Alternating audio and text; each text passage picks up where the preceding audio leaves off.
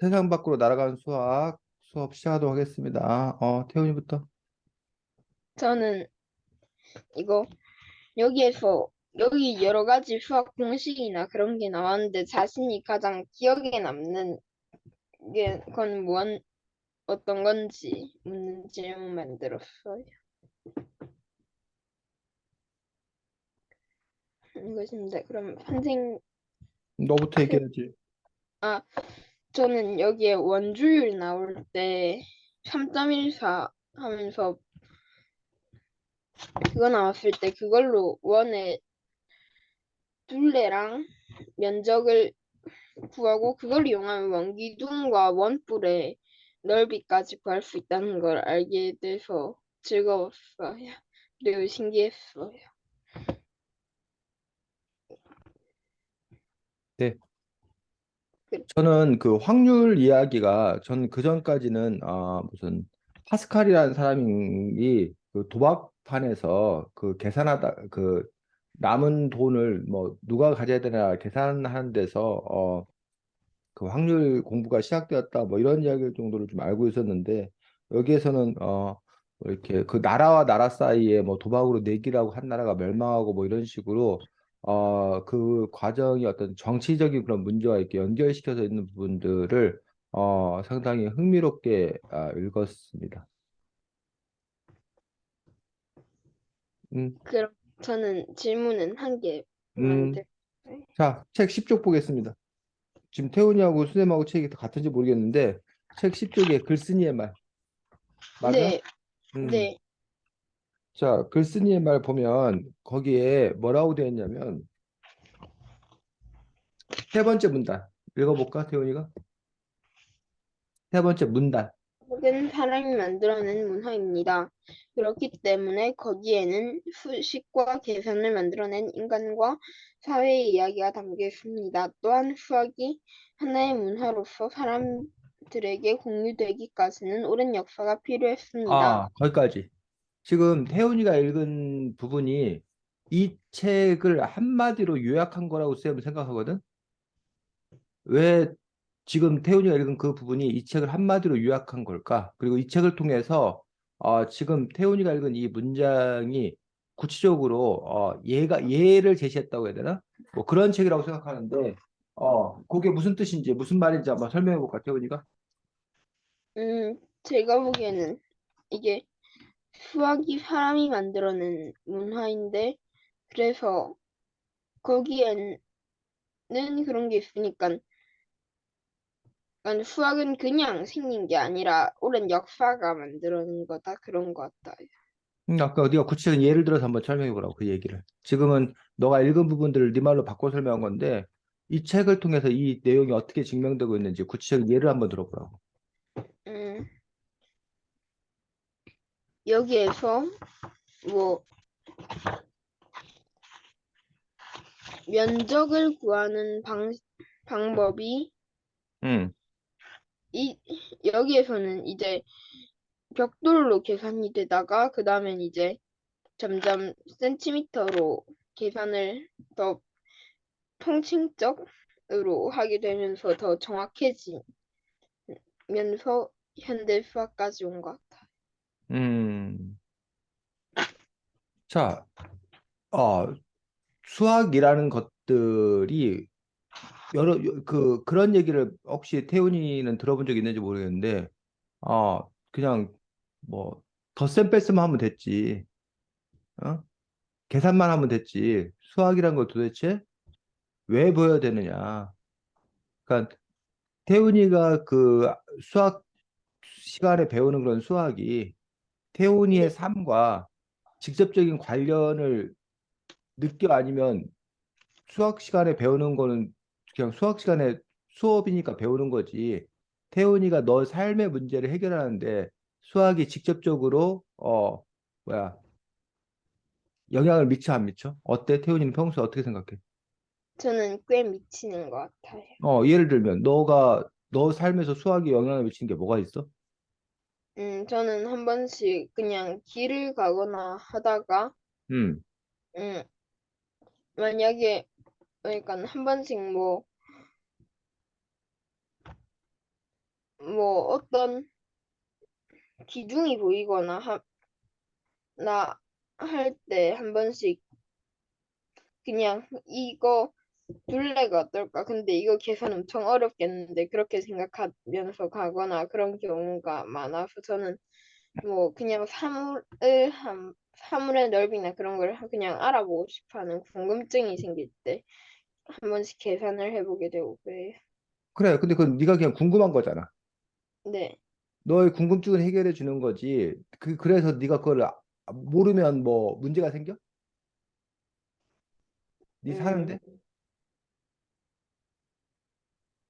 사는데 큰 문제까지는 안 생기는데 안 생기는 것 같아요. 음. 자, 그래서 많은 사람들이 아까 구구단이나 외우면 됐지. 구구단 같은 거 덧셈 뺄셈 하는 건 네 삶에 문제를 끼치잖아. 네. 어떤 상황에서 문제를 끼쳐? 구구단 못 외우면, 덧셈 뺄셈 못하면. 이거 뭐 금액 돈 계산하거나 마트에서 뭐 물건 사거나 할 때.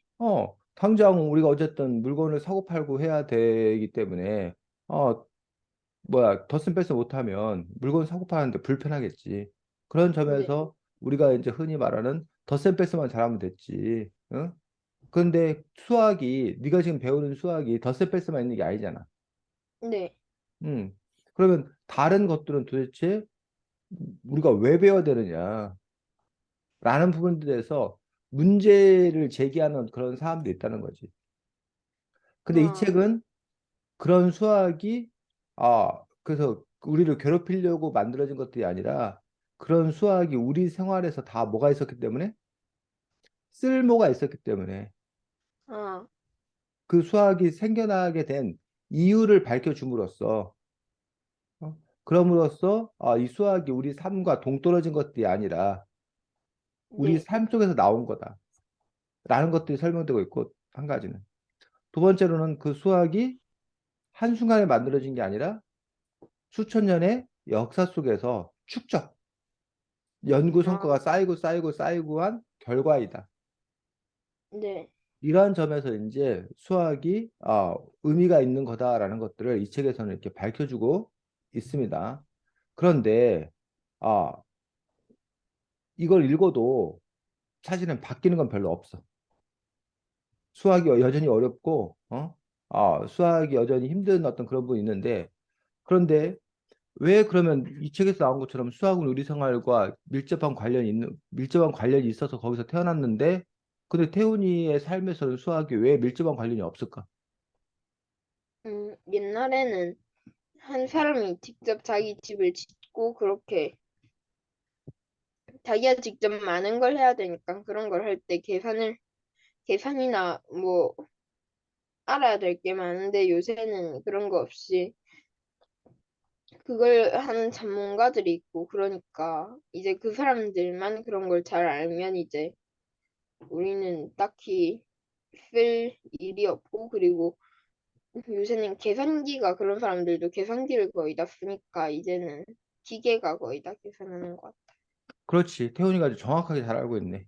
어, 그러니까 아까 지금 그 태훈이가 가면서 건물 기둥의 그런 그 넓이 같은 걸 알아보고 싶다. 뭐 이런 걸 했잖아.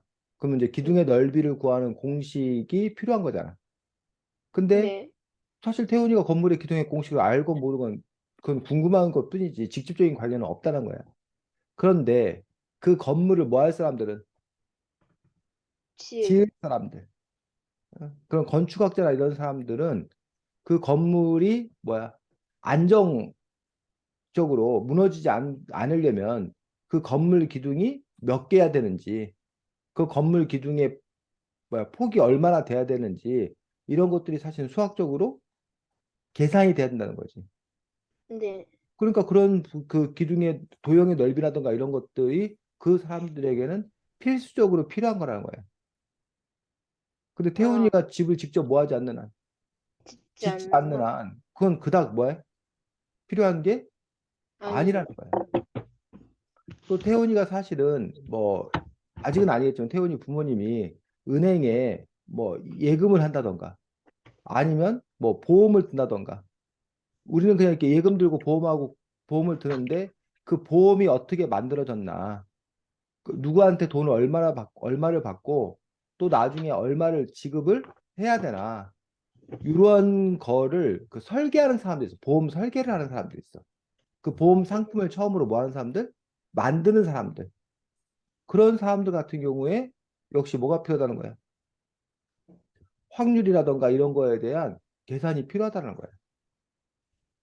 또 국방과학기술자들, 이런 뭐 대포, 미사일 이런 것들 쏘는 사람들, 그 설계하는 사람들, 그런 사람들 같은 경우는 포물선, 아니면 네. 곡선, 이런 부분들에 대한 계산들, 뭐 2차 방정식, 3차 방정식, 뭐 이런 것들이 다 뭐 하는 거야?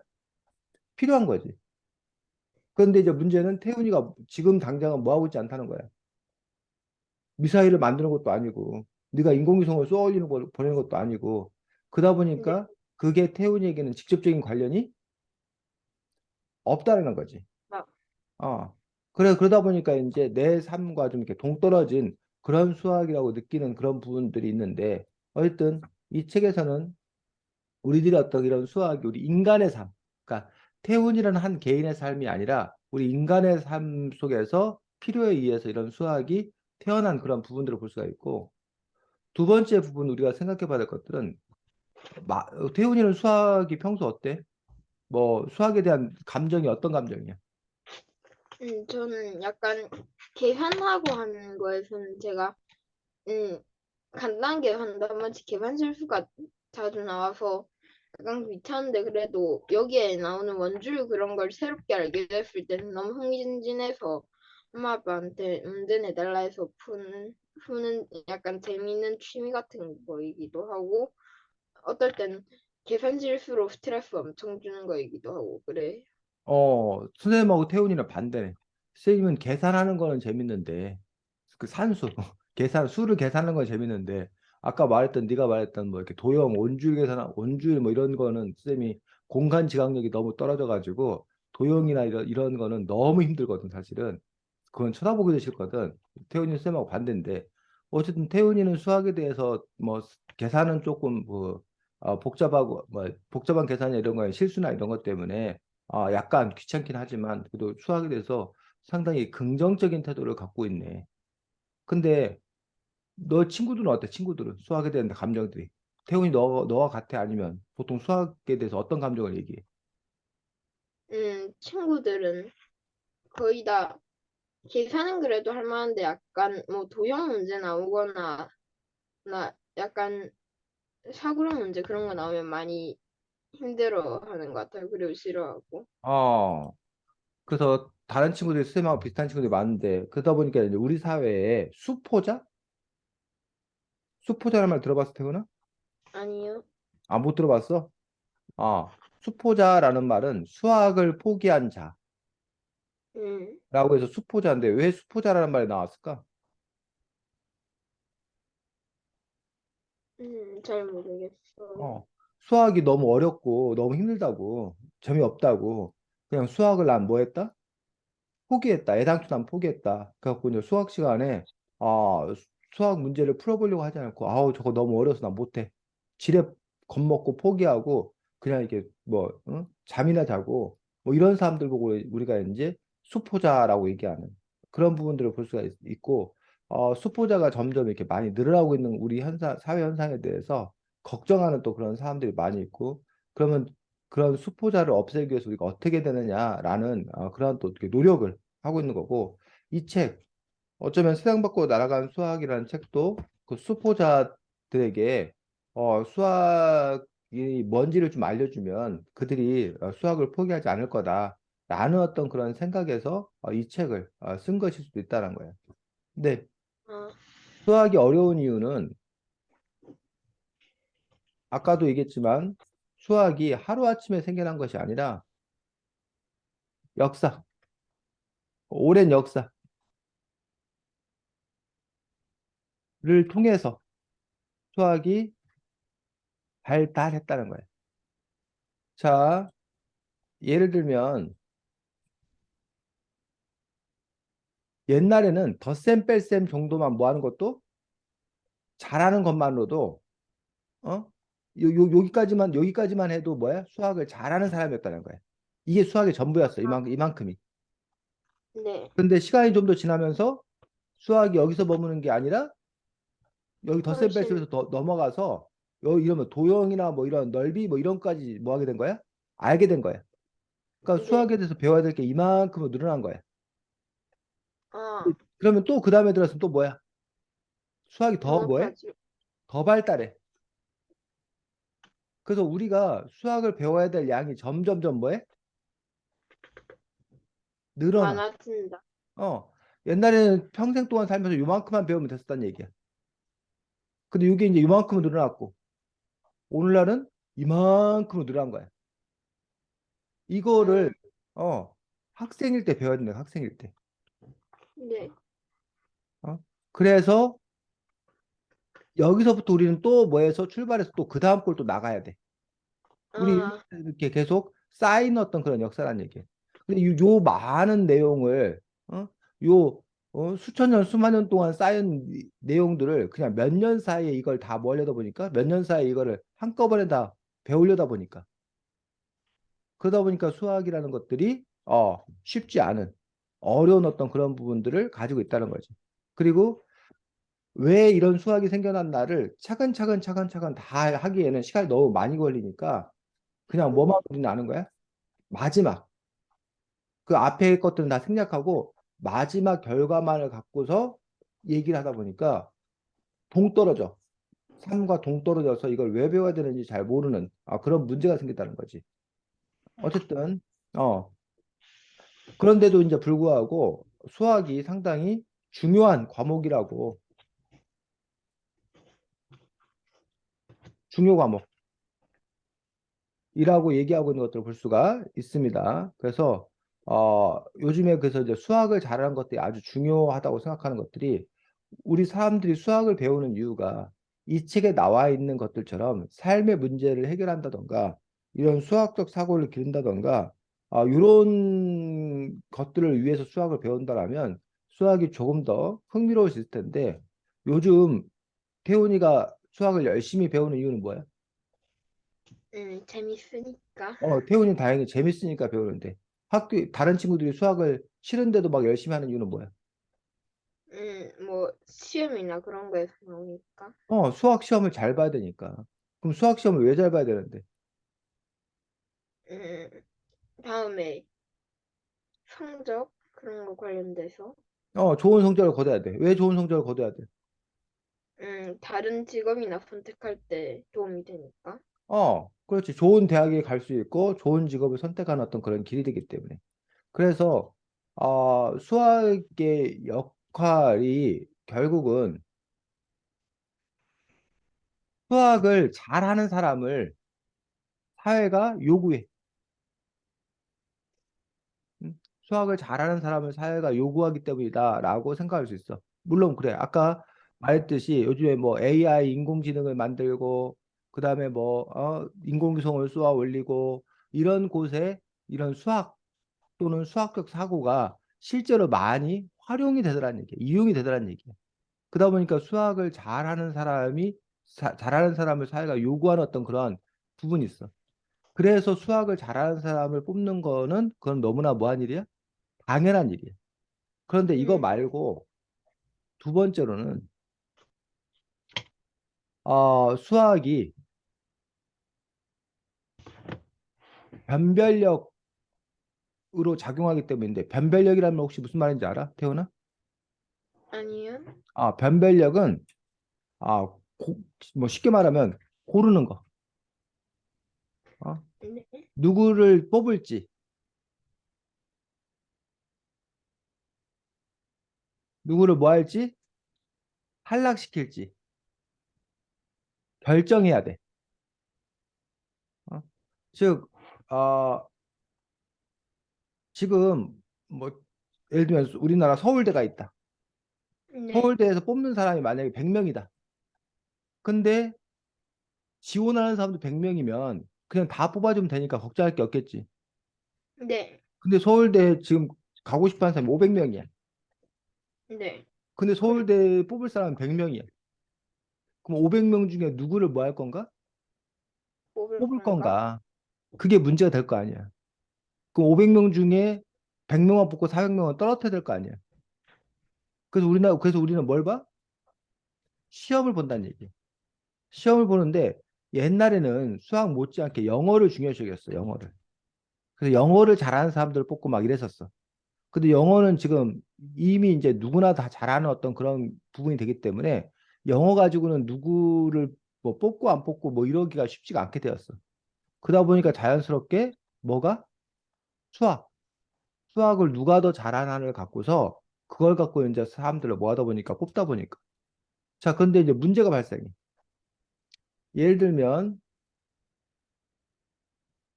아까 평가에는 절대평가라는 게 있고 상대평가라는 게 있어. 네, 그 절대평가와 상대평가가 있는데 혹시 그 두 개의 차이를 알아? 네. 뭐야?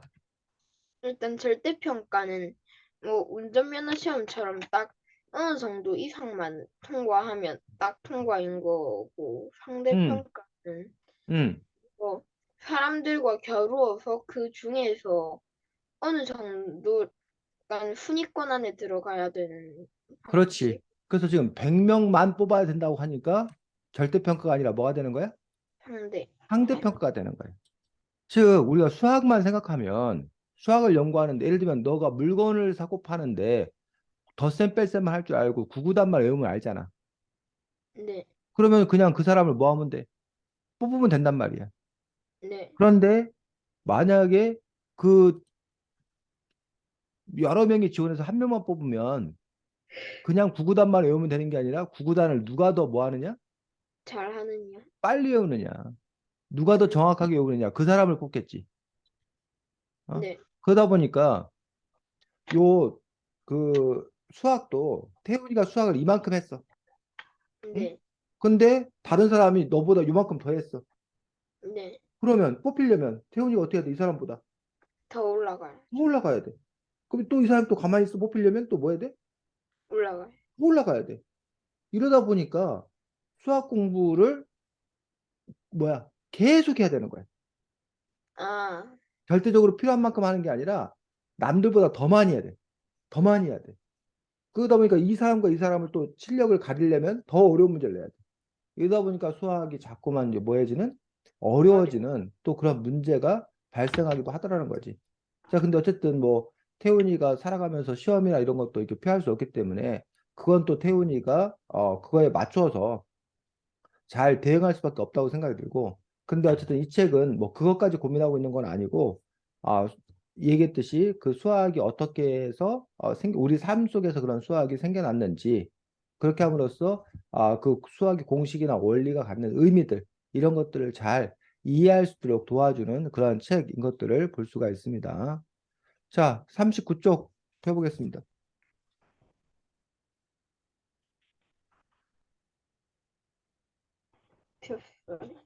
39쪽에 보면 거기 문제가 나오지.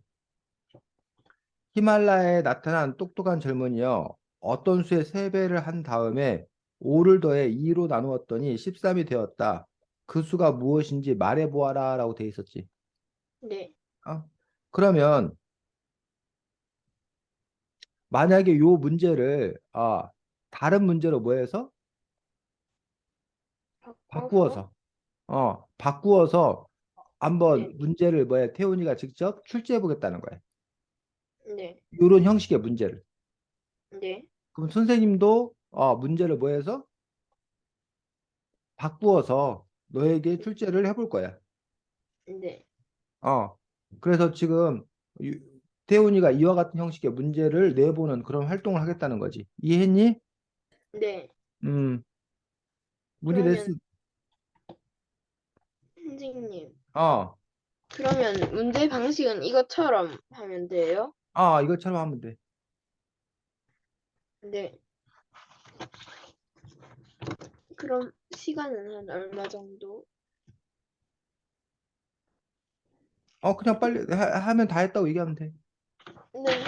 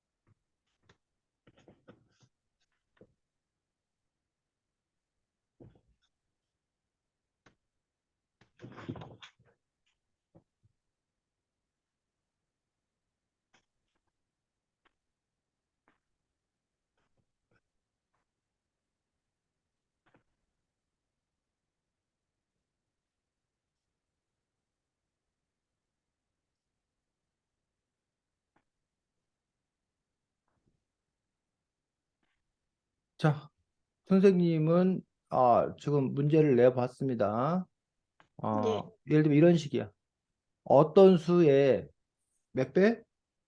4배, 4배를 한 다음에 얼마를 더해?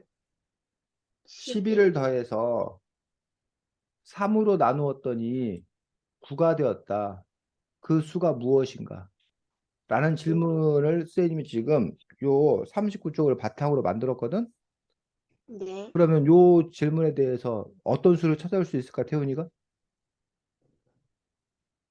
음, 그럼 이제 이거를 등호지로 넘겨가지고 역계산하면, 응? 그러니까 태훈이가 그러면 요거에 대한 답을 한번 찾아볼까? 지금 아, 질문 내는 거 잠깐 멈추고. 네, 그러면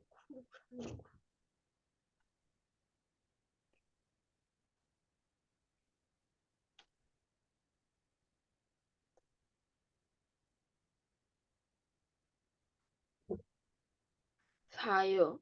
응? 답은 4일 것 같아요. 답은 4. 그렇지. 4가 맞네. 어떻게 계산했어? 저는 일단 9에다가 응, 3으로 나눴다니까 이거를 뒤로 넘겨가지고 응, 하기 3으로 해서 응. 27 만든 다음에 그렇지. 거기에서 11을 더했다니까 11을 빼서 응, 21을 20 응? 잠시만요. 맞아. 아 10, 27에서. 16이 나왔는데 응, 16에다가 응, 이제 나누기 4를 해줬더니 응. 4가 나왔어요. 그렇지. 아주 태훈이가 잘하고 있네. 그래서 태훈이가 그렇다면 좀 요 상황을 정확하게 잘 이해하고 있는 걸로 볼 수가 있다는 거지. 태훈이가 문제 낼 수 있으면 문제 내보고, 네, 저도 냈어요.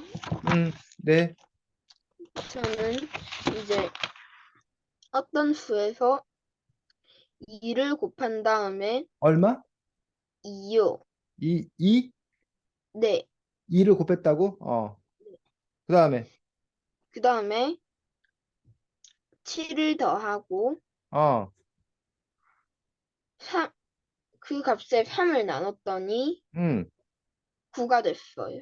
부가 되었다고? 네. 그러면 그 수는 10이야? 아니요. 다르게 나와. 잠깐만, 뭐라고? 그 수가 10이 아니라고? 네. 그럼 뭐야? 저는 7로 나왔어요. 7 곱하기 2를 해가지고 음, 21이 나왔는데 21에다 7, 3을 나오면 답이, 너가 말하면 7이 되잖아. 9가 아니라. 어, 뭐지? 어? 아니, 문제를 낸 사람이 실수를 하잖아. 곱셈으로 했을 때, 아이고, 또 실수를 7. 하셨군요. 이렇게 너가 단순한 낸 문제 답은 뭐야? 7이 아니라 10. 10이지, 10. 만약에 네가 네. 7이 되려면 답이 뭐라고 그랬어야 돼? 7. 7이 됐어야 되지. 됐니? 네. 어. 네. 자, 그러면 그 다음 문제. 얘가 40쪽에, 이렇게 나와요. 40쪽의 것들을 너가 뭐 해보면, 이용해 보면 바꿔보면, 여기서는 7명이 나누면 6입, 8명이 나누면 1입이 된다고 했는데, 만약에 네. 이거를 선생님이 요거로 바꿔봤어. 요 문제를 여러분이 한번 풀어보겠습니다.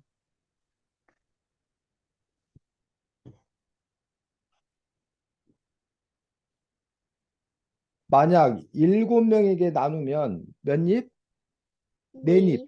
네 입이 남고, 8명에 나누면 두 입이 모자란다. 응? 그러면 몇 입에 그 말을 훔친 것인가?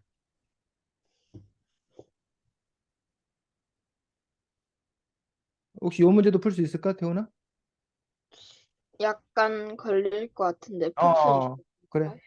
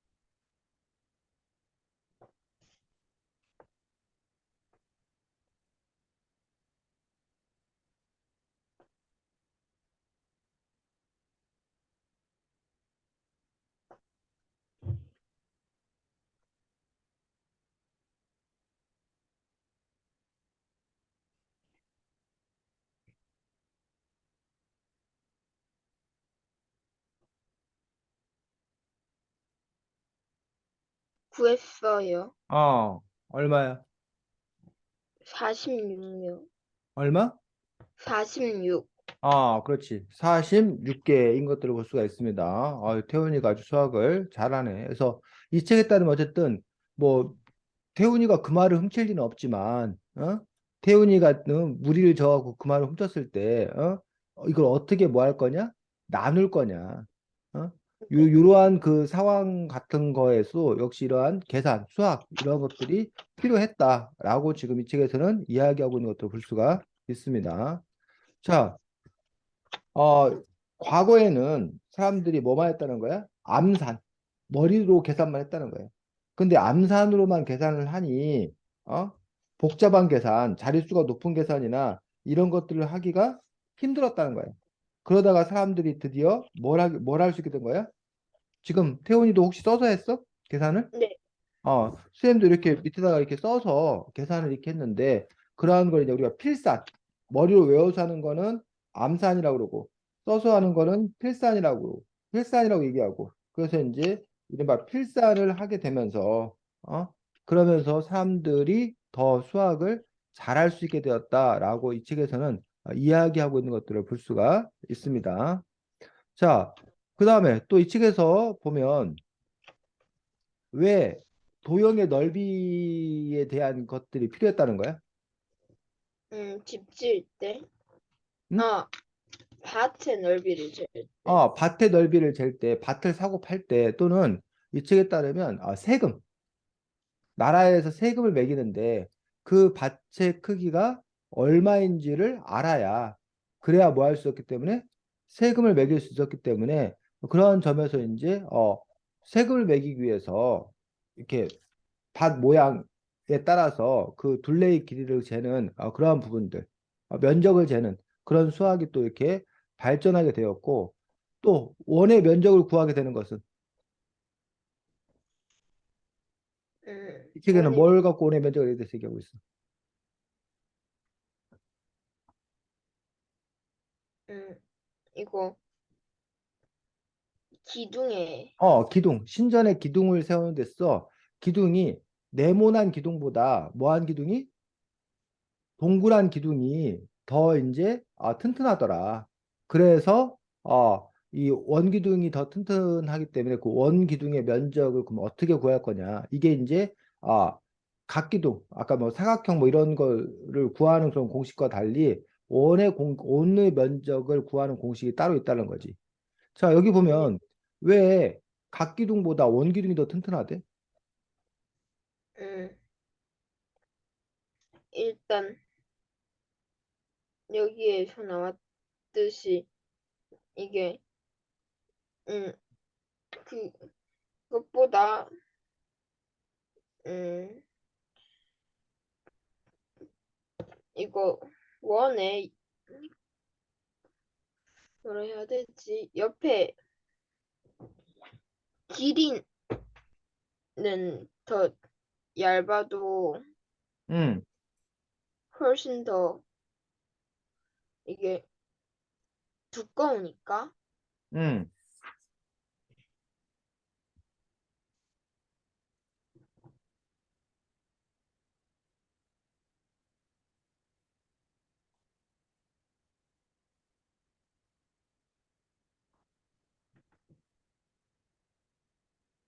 자, 그래서 학교에서 지금 태훈이는 원의 면적 구하는 방식을 배웠어? 아니요. 아직 안 배웠어? 네. 근데 이 책을 읽어보니까 원의 면적을 구할 수 있는 방식을 알게 되었어? 아니면 아직 잘 모르겠어? 아빠한테 물어봐서 이제 정확히 다 계산할 수 있어요. 완성. 정확히 이제 알게 되었어. 네. 그래서 원의 면적을 구하려면 우리가 정확하게 알아야 되는 것들이 뭐야?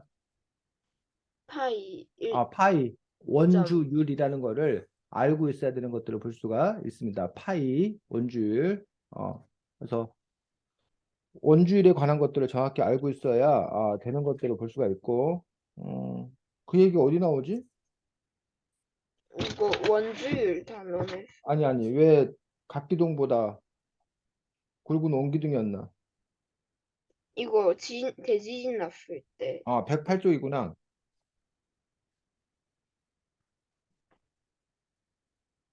108쪽에 보니까 한 변이 17cm인 정사각형과 지름이 얼마인? 20cm 20cm인 원이 있었다라고 봤을 때 뭐라는 거야? 17cm하고 20cm하고 음, 비교해 보니까 뭐가 더 넓을까?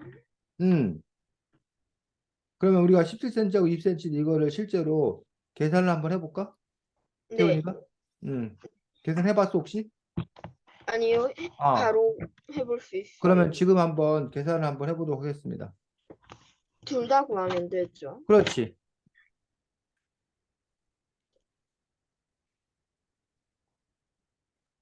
이제 파이를 치고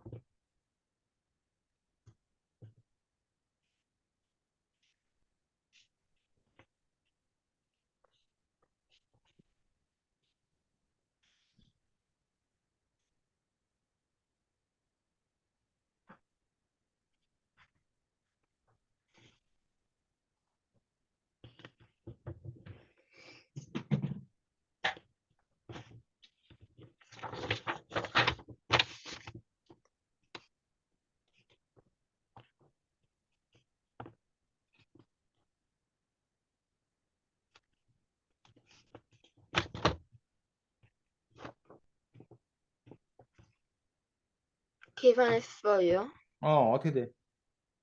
일단 원의 넓이는 3.14 3.14한다. 314 제곱센티미터 그리고 음, 각 사각기 정사각형은 289 어. 제곱센티 그럼 요 두 개만 보면 누가 더 원기둥이요. 원기둥이 더 뭐 한 거야? 더 두꺼워. 면적이 더 넓은 거지. 너? 그러면 둘레 길이는?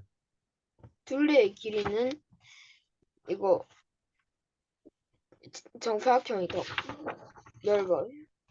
정사각형이 더 넓어? 더 계산해 볼 길어요. 거야? 길이는 더 길걸요. 응? 아니, 해봐 한번. 둘레의 길이는 어떻게 되는지.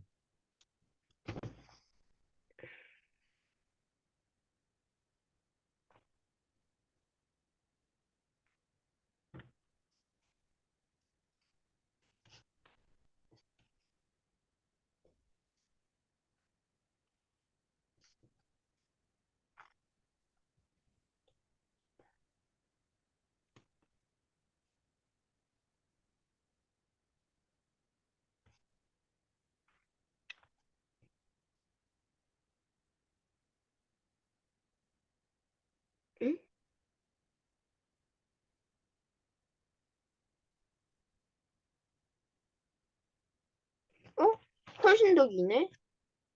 뭐가? 원이요. 원이? 어, 응? 아닌데. 뭔 소리 하는 거야? 원이 2파이 얼마인데? 원의 둘레길이는 얼마인데? 제가 봐도 이상하게 나온 것 같긴 한데. 원의 둘레길이 얼마야? 저는 뭐 6280으로 나왔는데. 아니, 계산을 잘못했네. 둘레길, 그 원주율이 3.14잖아. 네, 그럼 이거 2파이알로 계산한 거 맞죠? 3.14에다가 온 둘레는 지름 곱하기 원주율이잖아. 지름 네. 20만 곱하면 되잖아. 20에다 3.14 곱해야 되지 않나? 그렇지. 20 곱하기 3.14 하면. 네. 그러면 얼마야? 아, 소수점 응. 62.8. 60, 62.8cm지. 네. 어? 아, 그 다음에 소수점. 사각형의 둘레 길이는 사각형은 68cm. 68cm지. 그러니까 뭐야? 사각형이 더 길어. 사각형이 둘레 길이는 사각형이 더 긴데. 근데 뭐는 면적은 면적. 면적은 누가 더 많은 거야? 원 원이 더 기둥이. 많은 거지. 그러니까 정사각형이 둘레의 길이는 더 길고 면적은 원의 면적이 더 큰 그런 부분들의 차이가 또 이렇게 있는 것들을 볼 수가 있는 거지. 됐니? 네. 그래서 이제 요거 같은 경우에는 요 그 둥근 기둥이 이 뭐야 받치는 그 부분들이 더 크기 때문에 그래서 아마 무너지지 않은 것이지 않을까라고 이제 생각하는 거지. 그 지탱하는 힘이 더 크기 때문에. 어? 네. 자, 이런 식으로 요 건축학자들이나 이런 사람들은 결국은 이러한 그 둘레길이라던가 아니면 더 나아가서 이제 이것들이 원기둥, 각 기둥 이런 것들의 부피 이런 것들을 알아야 거기에 예를 들면 뭐 요즘 같은 경우는 시멘트가 얼마나 들어갈지 이런 양 아, 같은 것도 계산할 수 있는 거지. 근데 이제 네. 그런 것들을 모른다라면 계산이 안 되게 되는 것들을 볼 수가 있고 아까 선생님이 이제 그 지붕이 그 누르는 하중이라고 그러는데 하중과 이 각각의 기둥들이 그것들을 떠 받쳐주는 어떤 그런 힘들 그래서 이제 그 건물이 무너지지 않기 위해서는 그 기둥이 뭐 얼마만큼의 크게 되는 건가 이런 것들을 다 수학적으로 계산을 해야 되기 때문에 그런 점에서 이러한 수학이 다 필요하게 된 그런 부분들을 볼 수가 있습니다. 자, 그 다음에 여기서 보면 이제 이른바 뭐에 대해서 나오냐면 홍수를 예측하는 부분에 대해서 나오고 있는 것들을 볼 수가 있는데 거기에서 이제 발견한 원리가 뭐야? 음, 이거, 홍수를 예측하는 과정에서 발견되는 원리가 음, 124쪽 그림 보면 비례, 비례예요. 그렇지. 비례의 원리를 발견했다는 거지. 그래서 비례의 원리를 발견하는 것들이 왜 중요할까? 음, 비례 원리를 알아야지, 매번 똑같은 양이나 비율씩 올라가는 걸 예측할 수 있으니까. 그렇지. 지금 태훈이가 아주 중요한 얘기를 했는데 예측 가능하다는 거야. 어? 비례의 어떤 그런 관계를 알게 되면 그 다음에 어떻게 될 것인지를 예측 가능하다는 거야. 그러면 태훈이가 나중에 이제 뭐 월급을 받는다. 회사에서. 그래서 뭐 첫 해에는 뭐 200만 원을 받고 그 다음에는 뭐 10%가 인상이 되어서 220만 원을 받고 이런 식으로 이제 가게 되면 태훈이가 그럼 내가 몇 년 후에 돈을 얼마만큼 모을 수 있겠구나? 모을 수 있겠구나. 아, 이런 것들이 그래서 그럼 내가 그 돈 갖고 내가 어떻게 살면 되겠구나라고 그런 일들이 다 뭐 한 거야? 예측 가능하게 된 거지. 아, 뭐 인구수의 증가라던가 뭐 이런 여러 가지 또 경제 성장률이라던가 이런 것들이 결국은 이런 예측을 하고 그 예측에 따라서 소비라던가 이런 여러 가지 계획을 세우기 때문에 그런 점에서 이제 이것들이 또 중요한 부분인 것들을 볼 수가 있습니다. 자, 그 다음에 이 책에서 이제 확률에 관한 이야기가 나오고 있는 것도 볼 수가 있는데 여기 169쪽에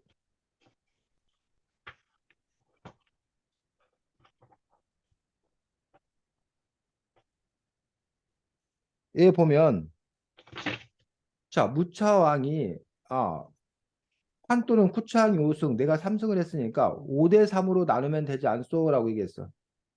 반면에 나는 1대 1승만 거두면 이기지만 무차왕은 3승을 더 해야 이기는 셈이니까 1대 3의 반대인 3대 1로 나눠야 한다고 얘기했거든.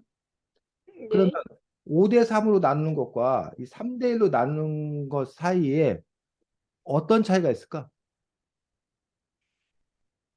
음, 5대 3과 3대 1로 나누면 그 돈 계산이 어떤 차이가 있는지를 태훈이가 한번 실제로 그 뭐 돈을 그 뭐지? 예를 들어서 한번 설명을 해봐. 똑같은 돈을 예를 들어서 한번 설명을 해보면 만약에 8만 원, 8만 원 있어 태훈이가. 그 8만 원을 5대 3으로 나눴을 때는 어떻게 나눠 가지면 되고 3대 1로 나눠 가질 때는 어떻게 나눠 가지면 되는지. 잠시만요. 금액이 이게 얼마라고요? 전체 총 돈이 8만 원이라고 가정하면 네. 5대 3으로 나누면 얼마고 3대 1로 나누면 얼마인지.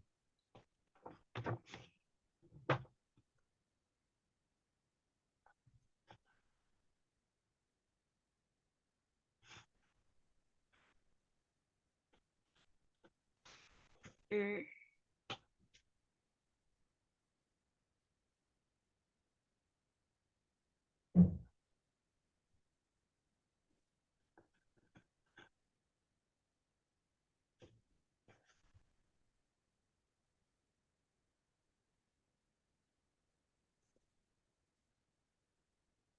그러면 5대 3이랑 3대 1만 하면 되죠. 응? 5대 3으로 나누면 8만 원을. 쉽잖아. 어렵지 않을 것 같은데? 네. 자, 다 8만 했으면 원을 8만 원으로 하면 후차왕이 5를 갖고 무차왕이 음, 3을 가지면 5대 쿠차는 3으로 나누면 얼마씩 5만 원, 가지면 돼? 후차왕이 얼마? 5만 원요. 5만 원 가지고 되고 무차왕이 3만 원. 3만 원 가지고 8만 원이니까 이런 맞잖아. 네. 자, 그런데 이거는 누구의 주장이야? 이거는 무차왕의 주장이야. 어, 어? 자, 그에 네. 비해서 누구의 주장은? 후차왕의 주장은 네. 몇 대 몇으로 나누는 거야? 쿠차왕의 3대 1로 주장 나누자는 거야. 1. 그럼 후차왕은 6만과 2만. 얼마? 6만 6만 원. 무차왕은 2만 원. 2만 원. 자, 그러면 무차왕이 5대 3으로 나누자고 주장하는 거는 무차왕이 현명한 거야, 어리석은 거야? 네. 무차왕이 5대 3으로 나누자고 주장한 거는 현명한 거야, 어리석은 거야? 음,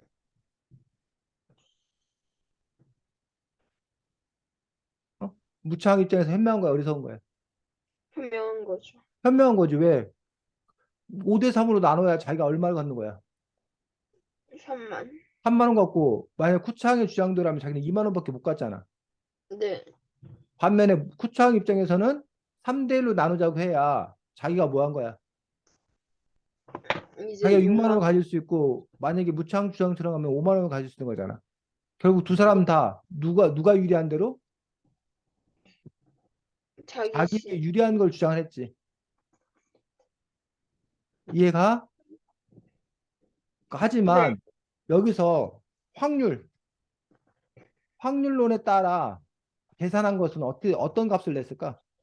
이거는 무차항의 주장이었고 얼핏 말 들으면 지금 내가 5승 3승 했으니까 5대 3으로 나누면 된다. 여태까지 뭐 한 걸로 승리한 걸 바탕으로 나누면 된다.